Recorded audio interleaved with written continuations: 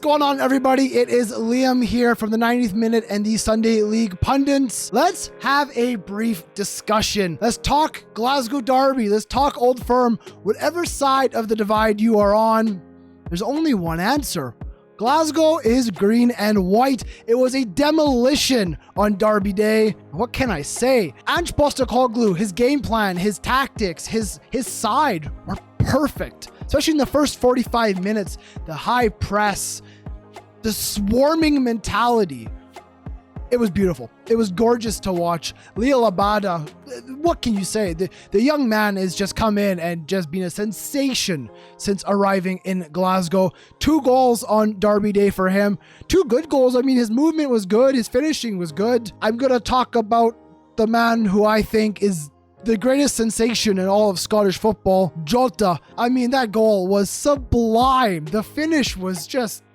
It was a world-class finish. To be able to put it over the keeper like that and stay calm, and the through ball and the first touch that he had, it was a world-class goal from start to finish for Celtic. And of course, David Turnbull did get the 4th with a disastrous goalkeeping error. I don't know what McLaughlin was doing. Shocking from the Rangers keeper. So much experience there, and he had a stinker of a night. Rangers had a stinker of a night. They couldn't handle Celtic. They couldn't handle the pace, the pressure, the swarming.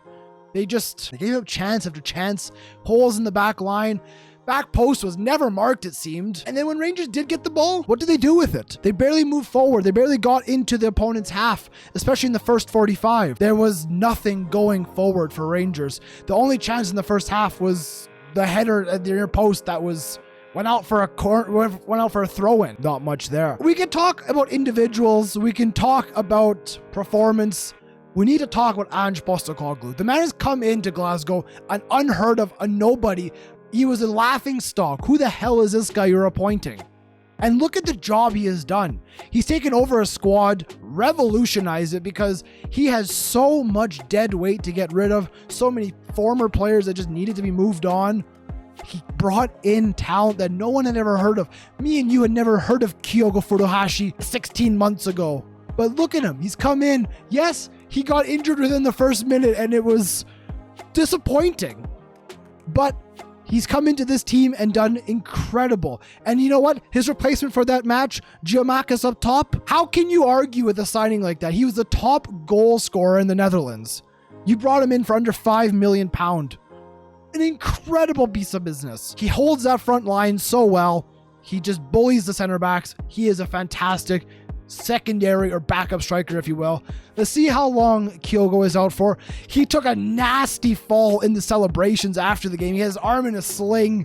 He's still dancing around. He slips on the wet grass, and I was like, oh my God, this man is out for months now. He's fully dislocated his shoulder. Joe Hart was concerned, but it seems to be okay. Speaking of Joe Hart, a level-headed, respected veteran of the game who can come in, do a great job, just be calm between the posts. What more could you want from your goalkeeper, a captain on and off the field with so much experience, so much wealth of footballing knowledge. To speak about a captain, Callum McGregor. Callum McGregor is so underrated in what he does. He doesn't get the headlines. He's not flashy. He doesn't get the goals all the time, but he's just so good at what he does. Getting on the ball, winning the ball, moving it forward.